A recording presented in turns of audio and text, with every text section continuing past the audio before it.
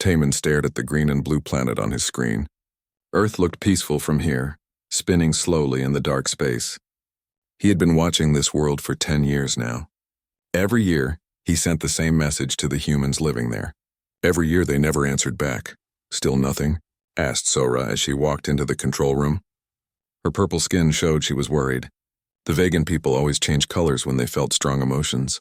Nothing, Taman said. He touched the communication panel with his long fingers. I sent them invitation number 312 today, just like all the others before it. Sora sat down next to him. She looked at Earth through the big window of their ship. Maybe they are all dead. Many worlds destroy themselves before they learn to travel between stars. Taman shook his head. Look at their planet.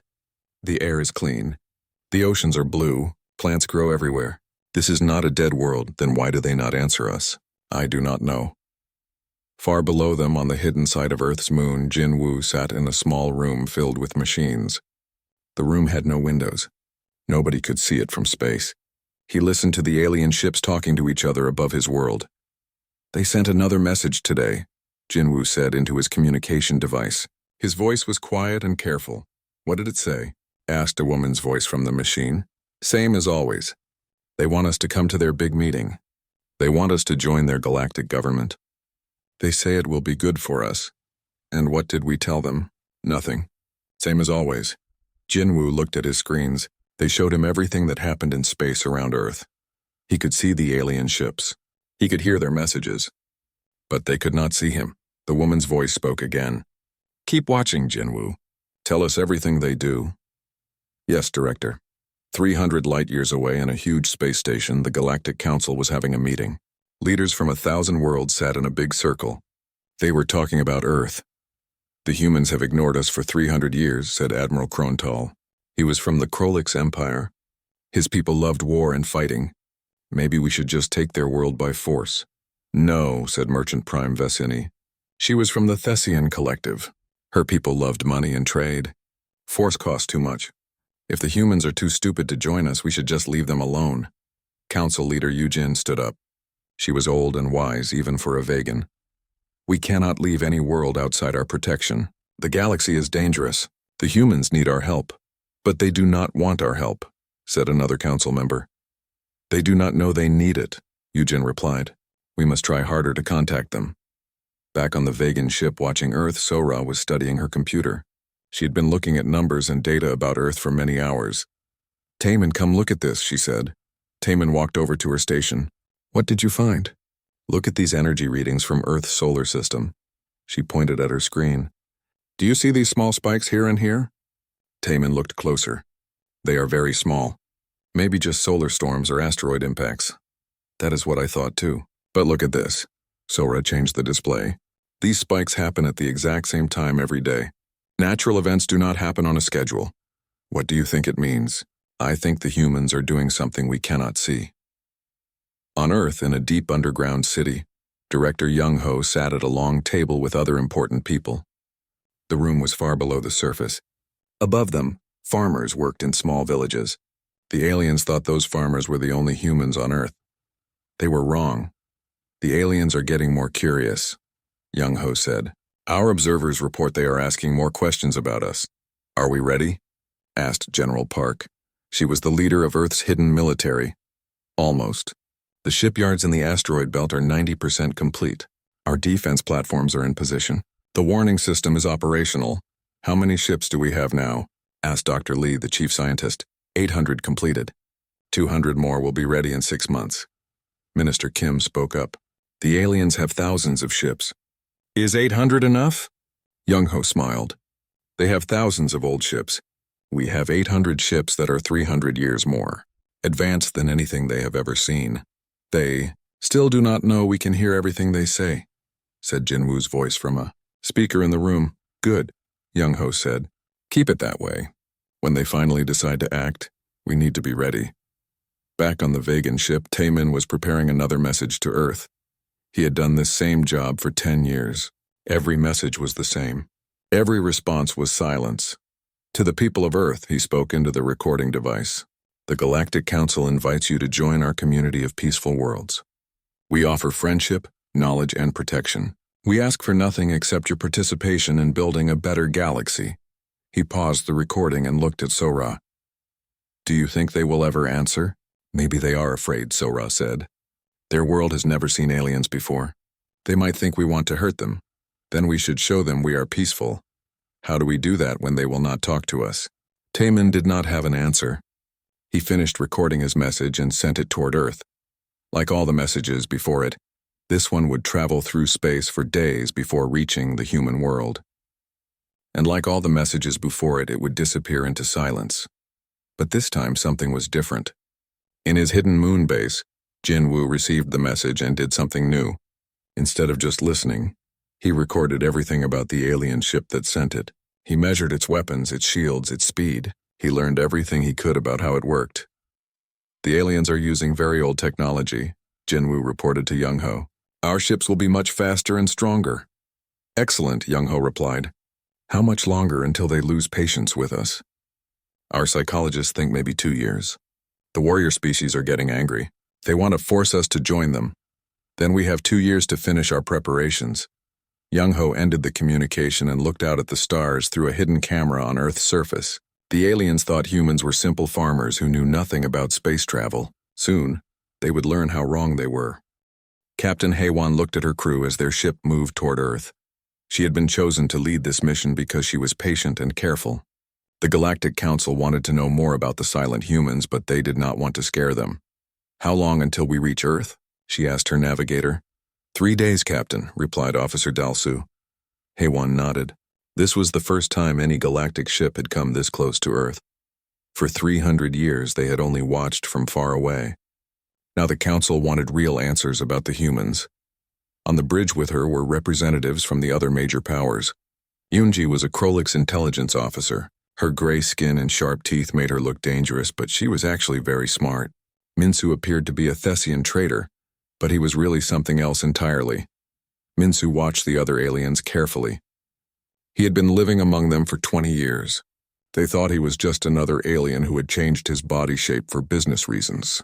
They had no idea he was human. What do we know about human society? Haewon asked the group. Yoonji checked her datapad. Our long-range scans show about 50 million humans living in small farming communities. They have no large cities, no space travel, no advanced weapons. They seem very peaceful, added Dalsu. Maybe too peaceful. Most species develop some military technology. Minsu spoke carefully. Perhaps they learned that war only brings suffering. Some species choose the path of wisdom instead of weapons. Or they are just too weak to fight, Yoonji said. Her people respected only strength. As their ship entered Earth's solar system, the crew started taking detailed scans of everything they saw. The results confused them. This is strange, said the science officer. I am detecting some unusual energy readings from the outer planets. Haewon looked at the display. What kind of energy? I am not sure. It could be natural phenomena. Or it could be very advanced technology that we do not recognize. Yoonji moved closer to look at the data. Something about these readings bothered her, but she could not figure out what. Minsu already knew what was causing the energy readings. Hidden bases throughout the solar system were powering up their sensors to watch the alien ship. But he could not tell the others without revealing who he really was. When they reached Earth, the crew was amazed by what they saw. The planet was beautiful. Blue oceans, white clouds, and green lands covered the world. Small settlements dotted the continents connected by simple roads. They really do look like farmers, said Dalsu. Haewon ordered her ship to stay far from Earth. She did not want to frighten the humans. Begin detailed scans. I want to know everything about their technology and society. For 3 days, they studied Earth. The results matched what they expected. Humans lived in small groups. They grew food, made simple tools, and seemed to spend most of their time in peaceful activities. There was no sign of advanced technology anywhere. Look at this, said the science officer. They have no power plants, no factories, no vehicles except some simple carts pulled by animals. How do they communicate over long distances? Asked Yoonji. They do not seem to. Each community appears to be isolated from the others. Haewon was puzzled. How did they develop radio technology to receive our messages if they have no advanced science? Maybe they have a few scientists hidden somewhere, suggested Dalsu. Just enough to detect our signals, but not enough to respond. Minsu listened to all of this and wanted to laugh. If only they knew the truth. Below the ground, massive cities housed billions of humans. Factories and asteroids built ships more advanced than anything the galaxy had ever seen. And right now, thousands of human sensors were watching every move this alien ship made. On Earth, Young-Ho sat in his underground command center, watching the alien ship through hidden cameras throughout the solar system. They are taking detailed scans, reported General Park. Should we show them some of our real technology? No, Young-Ho said. Let them think we are simple farmers. Their report will determine what the galaxy does next. What if they decide to invade us? Then they will learn why we have been preparing for 300 years. Dr. Lee looked up from her computer. The alien ship is using very basic scanning technology. They cannot see anything below ground level. They have no idea our real cities exist. Perfect, Young-Ho said. Make sure our surface communities act normally. We want the aliens to see exactly what we want them to see. Back on the alien ship, Heywan was preparing her report for the Galactic Council. Everything they had observed suggested that humans were a peaceful but primitive species. They posed no threat to galactic civilization and offered little value as trading partners. I recommend that we leave them alone, Heywan told her crew. They are not ready for contact with galactic civilization. Maybe in another 1,000 years they will develop enough to be worth talking to. Yunji disagreed. My people think primitive worlds should be brought into galactic society by force if necessary. It is better for them in the long run. The Krolix always think force is the answer, said Dalsu. Force works, Yunji replied. Look at any primitive world we have integrated. They are all better off now than they were before we helped them. Minsu spoke up. Perhaps the humans should be allowed to choose for themselves. Some species develop better when left alone. They have had 300 years to choose, Yunji said. They chose isolation. That choice may not be good for the galaxy. As the alien ship prepared to leave Earth's solar system, Minsu sent a secret message to Young-Ho. The message was hidden inside normal ship communications. No one else on the alien ship noticed it. They are divided, the message said. Some want to leave us alone. Others want to force us to join them. The decision will be made by the full council. Young-Ho read the message and called an emergency. Meeting of Earth's leadership. Our agent reports that some alien factions want to integrate us by force, he told the group. We need to accelerate our preparations. How much time do we have? Asked General Park. Maybe a year, maybe less. Dr. Lee checked her production reports. We can have 1,000 ships ready in 8 months if we work around the clock. Do it, Young-Ho ordered. And prepare the warning system. If they want to use force against us, they need to know what they are facing. What about our surface communities? Asked Minister Kim. They do not know about any of this. They will be evacuated to underground cities when the time comes, Young-Ho said.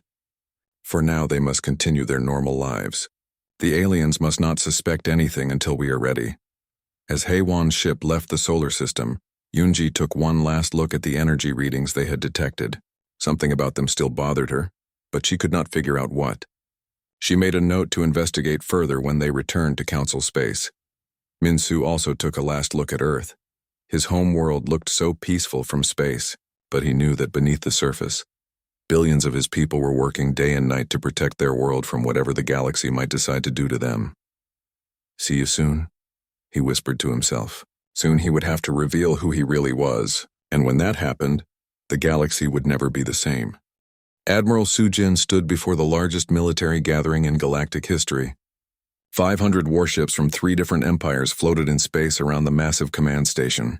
She had been chosen to lead what the Council called the Integration Protocol, the forced joining of Earth to galactic civilization. Today we bring the last isolated world into our community, Sujin announced to her fleet commanders. The humans have refused our peaceful offers for too long. Now we must act for their own good. Captain Heywan watched from her ship, feeling uncomfortable about the whole mission. Her report had recommended leaving Earth alone, but the Council had decided otherwise. Admiral, she said over the communication system, my observations showed that the humans are peaceful farmers. Why do we need 500 warships to integrate one primitive world? Sujin's reply was sharp. Because integration must be complete and quick. The humans must understand that resistance is pointless. When they see our overwhelming force, they will surrender without bloodshed. Back on Earth, Jae-hoon received the alert he had been expecting for months. His job was to command Earth's hidden fleet when the day of revelation finally came. "Director, the alien fleet is assembling," he reported to Young-ho. "Our deep space sensors count 512 ships. Are they all military vessels?" Young-ho asked. 496 warships, 16 support ships. "It is definitely an invasion fleet." Young-ho nodded grimly. "Then it is time. Activate Protocol Revelation." Throughout the solar system, hidden bases that had been sleeping for decades suddenly came to life. On asteroids that looked empty, massive doors opened to reveal shipyards. On moons that appeared barren, defense platforms powered up their weapons. And in the cold space between planets, 1,000 warning buoys began to move into position.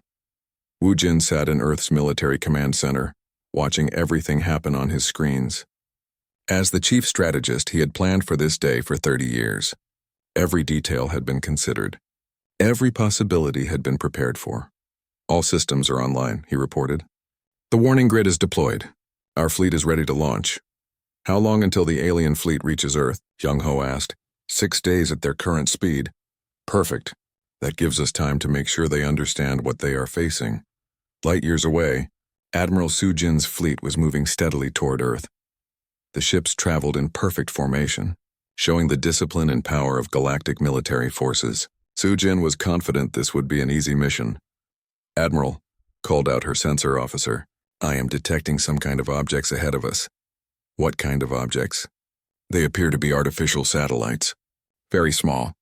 I count 1,000 of them." Soo-jin frowned. "The humans are not supposed to have space technology. Are you sure these are artificial?" "Yes, Admiral. They are clearly manufactured devices, and they are moving into a defensive pattern around our fleet." As the alien ships continued forward, they encountered the first warning buoy. Suddenly, every ship in the fleet received the same message at the same time. It came in perfect galactic standard language as well as Krolix, Vegan, and Thessian dialects. "Attention, alien fleet. This is Earth Defense Command. You are approaching a protected system. Turn back now. This is your only warning." Soo-jin stared at her communication screen in shock. "Earth Defense Command? That is impossible. Our intelligence says the humans have no military organization." The warning continued. "Your fleet consists of 496 warships and 16 support vessels. Your command ship is the Krolix battlecruiser Victorious Dawn. Your commander is Admiral Soo-jin, age 47, born on Krolix Prime. You graduated 3rd in your class from the Imperial War Academy." "How do they know all of this?" Soo-jin whispered. But the message was not finished. "Admiral Soo-jin, you have commanded 17 integration missions. 12 were successful. 5 resulted in the complete destruction of the target civilizations. We have detailed records of all your operations, including the illegal use of planetary bombardment weapons against civilian populations." Soo-jin's face went pale. Those records were supposed to be classified at the highest levels of government. "We know everything about your fleet, your tactics, and your personal histories," the warning continued. "We know about the corruption in the Thessian Trade Council. We know about the secret research stations where the Vegans conduct illegal genetic experiments. We know about the Krolix plan to eliminate the other council races once you control enough territory." Throughout the alien fleet, commanders stared at their screens in horror. Information that should have been impossible for anyone to know was being broadcast openly. Captain Hae-won called Admiral Soo-jin. "Admiral, how could the humans know these things?" "They are supposed to be primitive farmers." "I do not know," Soo-jin replied, but she was beginning to understand that everything they thought they knew about Earth was wrong. The warning message changed to show detailed, technical specifications.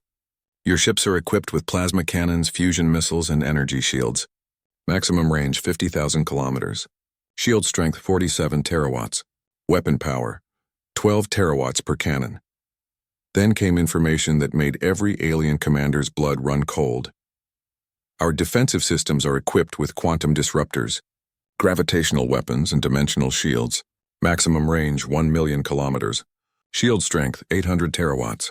Weapon power 200 terawatts per array." "That is impossible," Admiral Soo-jin said. "No one has technology that advanced." But the warning buoys were already proving their capabilities. The alien fleet's sensors could not get clear readings on the small devices. They seemed to shift in and out of normal space, making them almost impossible to target. "Admiral," called her science officer, "these warning buoys are using technology I have never seen before. They appear to be operating in multiple dimensions simultaneously." On Earth, Young-Ho watched the alien fleet's reaction with satisfaction. "They are starting to understand," he told his staff. "Send the final part of the warning." The message that reached Admiral Sujin's fleet was simple but terrifying. "You came here to force us to join your civilization. But you never asked what we learned during 300 years of isolation. You never wondered why we chose to remain hidden. You assumed we were weak because we did not seek conflict." Images began appearing on every alien ship's screens. They showed massive underground cities on Earth, filled with billions of humans. They showed factories and asteroids, building ships with technology beyond anything the galaxy had ever seen. They showed defense platforms hidden throughout the solar system, each one capable of destroying entire fleets. "We have been watching you since your first message arrived 3 centuries ago," the final warning said. "We studied your languages, your cultures, your technologies, and your weaknesses. We chose not to reveal ourselves because we hoped you would learn to be better than you are." Admiral Sujin realized her fleet was surrounded. The warning buoys had moved into positions where they could attack from every direction. Her ship's weapons could barely reach them, while their weapons could destroy her entire fleet with ease. "You have proven that you have not learned," the message concluded. "You still believe that might makes right. You still think that advanced civilizations should dominate primitive ones. You are wrong. Turn back now, or learn why Earth chose to prepare for war while hoping for peace." For the first time in her military career, Admiral Sujin faced an enemy that was completely superior to her forces. She had 2 choices: retreat in humiliation or attack and watch her fleet be destroyed. "Admiral," her communication officer called out, "we are receiving a new transmission from Earth." "Put it on screen." The face that appeared was human, but unlike any human in their intelligence files. He wore the uniform of a military commander and spoke with calm confidence. "I am Commander Jae-hoon of Earth Defense Command. Admiral Sujin, you have 60 seconds to begin your retreat. If you do not, we will consider your presence an act of war." Sujin looked at her fleet status. Her ships were powerful, but they were facing technology that was centuries ahead of their own. She had led many battles, but she had never faced a fight she could not win. "All ships," she ordered, "begin retreat maneuvers. We are returning to Council space."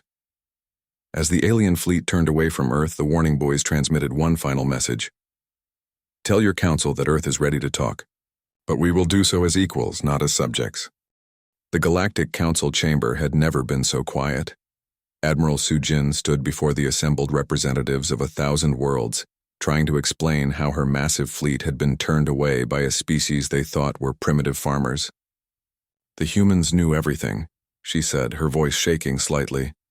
"They knew our ship counts, our weapons, our personal histories. They even knew classified information that should have been impossible for them to obtain."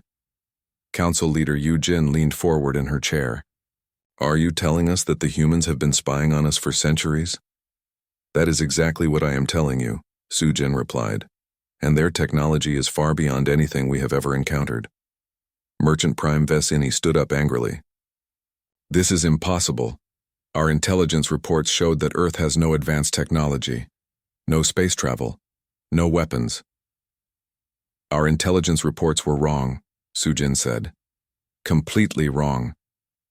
At that moment, the chamber's main communication system activated without anyone touching the controls. Every screen in the room displayed the same image, a human man in a formal diplomatic uniform. "Greetings, Galactic Council," the man said. "I am Ambassador Donghyun, representing the planet Earth. I apologize for interrupting your session, but we need to talk." The council chamber erupted in shocked whispers. Never before had anyone been able to override their security systems so easily. "How did you access our communication network?" demanded Yujin. Donghyun smiled politely. "We have been monitoring your communications for 300 years.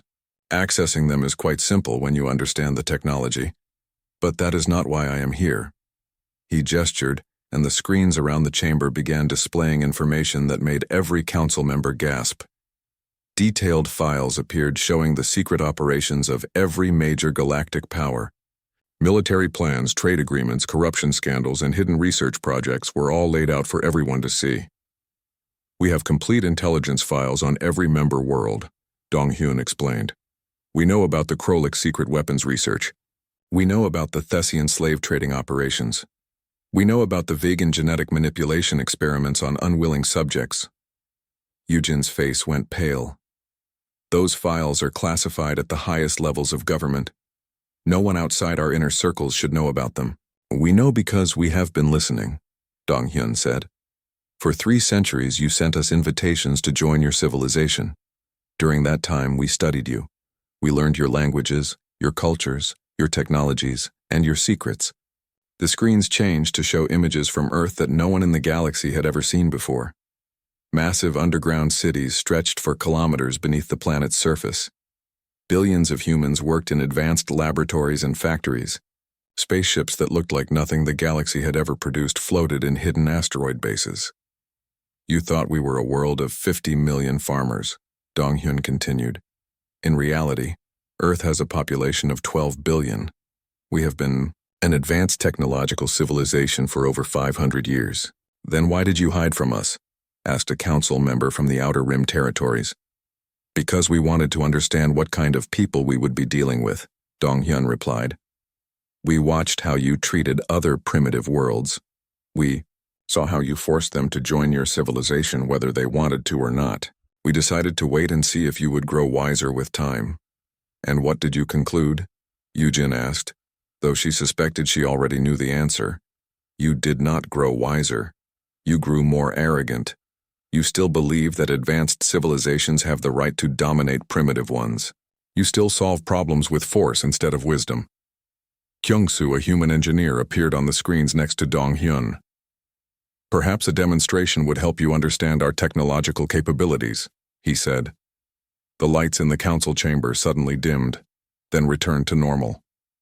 Every computer system in the building rebooted simultaneously, and outside the massive space station, the stars seemed to shift and dance in impossible patterns. What did you just do? Yujin whispered. We temporarily took control of every system on your station, Kyung-soo explained. Your life support, your artificial gravity, your defense systems, your computers. We could have shut down everything that keeps you alive, but we chose not to. The star patterns you saw were our ships decloaking around your station. Admiral Soo-jin looked out the chamber's windows. How many ships? Currently, 57 ships are surrounding this station, Kyung-soo said. But we have over 1,000 ships deployed throughout the galaxy. You never saw them because we did not want you to see them. The council members looked at each other in growing panic. Everything they thought they knew about galactic military power had just been turned upside down. What do you want from us? Yujin asked.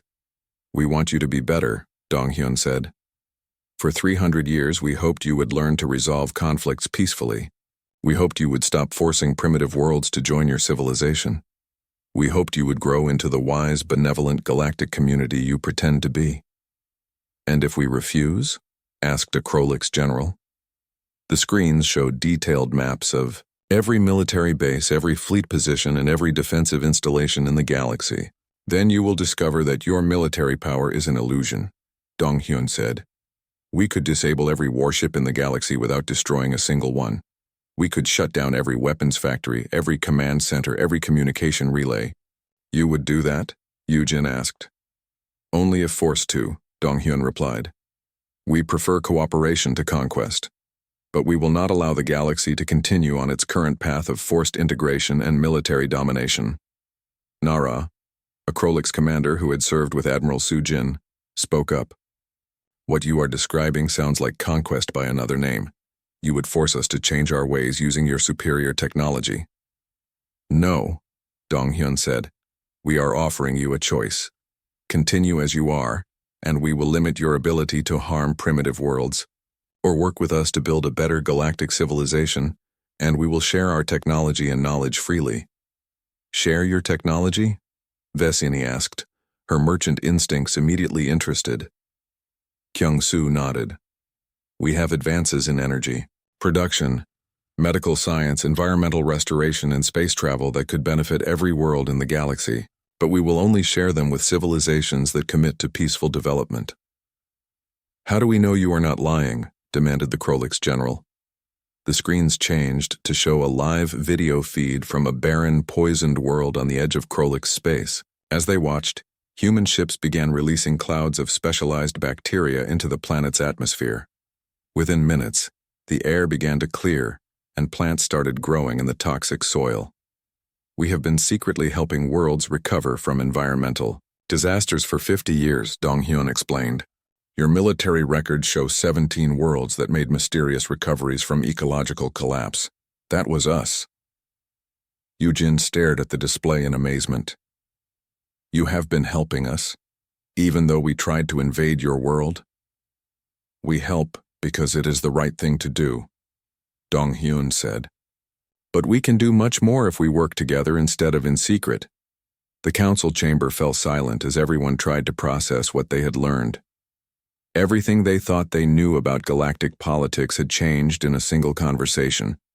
What do you propose? Yujin finally asked. First, we propose an immediate end to all forced integration operations, Dong-hyun said. Primitive worlds should be invited to join galactic civilization, not conquered. Second, we propose the establishment of a galactic information network that makes it impossible for any government to hide crimes against their own people or against other worlds. Third, we propose sharing our technological advances with any civilization that commits to peaceful development and the protection of primitive worlds.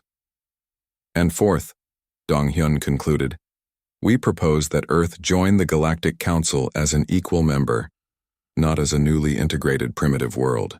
Yujin looked around the chamber at her fellow council members. Many of them looked shocked and afraid. Others seemed angry at having their secrets exposed, but a few looked hopeful for the first time in years. These are major changes to how galactic civilization operates, she said. Yes, they are, Dong-hyun agreed. The question is whether you are wise enough to accept them, or whether you will force us to implement them without your cooperation. The choice was theirs, but the galaxy would never be the same. 6 months after first contact, the galaxy was a completely different place. Hyunwoo sat in his new office at the Galactic Council headquarters, looking out at a view that still amazed him. As Earth's first official representative to the Council, he had a front row seat to the biggest changes in galactic history. The morning reports, Ambassador, said his assistant, handing him a datapad filled with updates from across the galaxy. Hyunwoo read through the reports with satisfaction. 3 more primitive worlds had voluntarily joined the galactic community this week. The old forced integration program had been completely eliminated. Instead of conquest fleets, the galaxy now sent teacher ships and medical aid to developing worlds. A soft chime indicated an incoming call. The face of Sunmi appeared on his communication screen. She was Earth's new trade representative, and she had been very busy lately. Good morning, Hyunwoo, she said with a tired but happy smile. I have the weekly production reports. How are the new factories working out? Better than we hoped. The vegan worlds have increased their food production by 300% using our vertical farming techniques.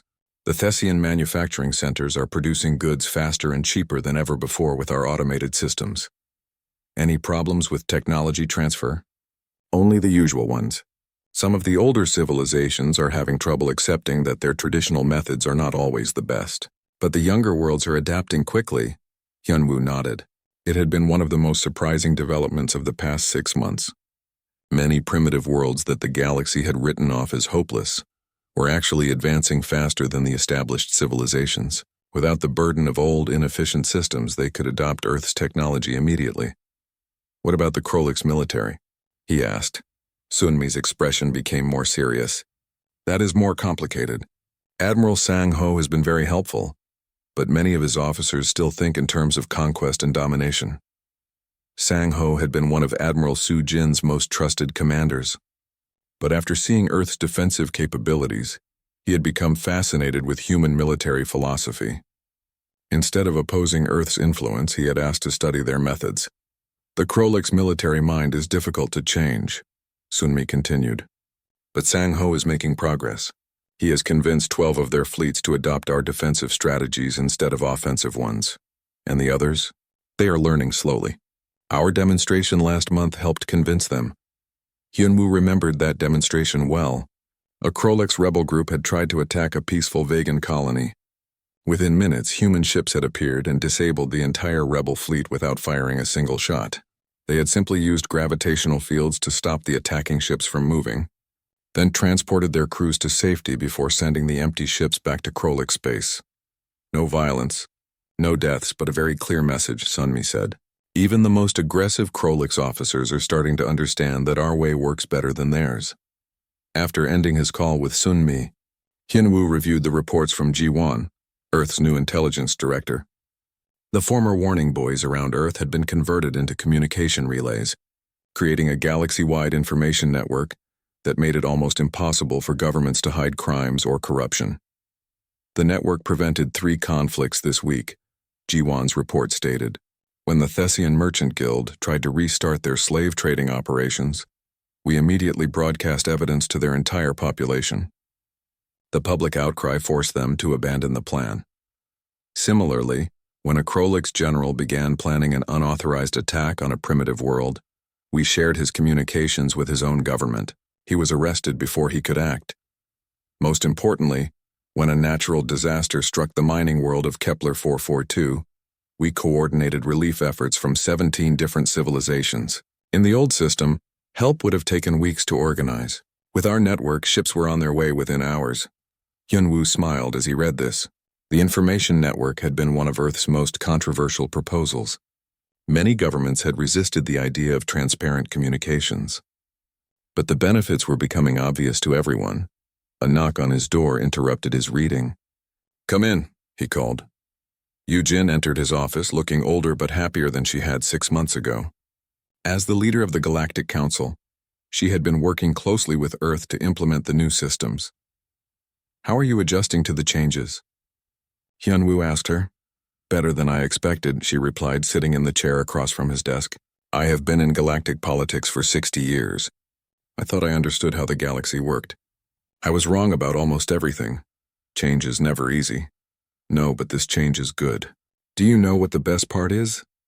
Hyunwoo shook his head. "We are finally doing what we always claimed we were doing. For centuries, the Galactic Council said we existed to bring peace and prosperity to the galaxy. But mostly, we just enforced the will of the strongest civilizations. Now we are actually helping people." Yoo-jin pulled out her own datapad and showed him the latest statistics. Galaxy-wide conflicts are down by 80%. Economic productivity is up by 40%. Medical advances shared through your network have added an average of 20 years to the lifespan of every galactic citizen. And most importantly, she continued, we have made contact with 43 new civilizations in the past 6 months. Instead of hiding from us or being conquered by us, they are choosing to join us voluntarily. What changed their minds? They can see that we have changed. When a primitive world receives an invitation to join galactic civilization now, they also receive detailed information about what membership means. They can see our laws, our technologies, our successes and failures. They make informed decisions instead of being forced to guess. Hyunwoo thought about Earth's own experience. We spent 300 years watching you before we made our decision. Most worlds do not have that luxury. That is why your information network is so valuable. Now every world can learn what we learned, but in months instead of centuries. Their conversation was interrupted by an emergency alert on both of their communication devices. A new crisis was developing in the Outer Rim territories. What is it? Yoo-jin asked as she read the alert. A previously unknown civilization has just made contact with one of our exploration fleets, Hyunwoo read from his screen. They are asking for help. Their star is going nova and they need to evacuate their entire population. How many people? 2 billion.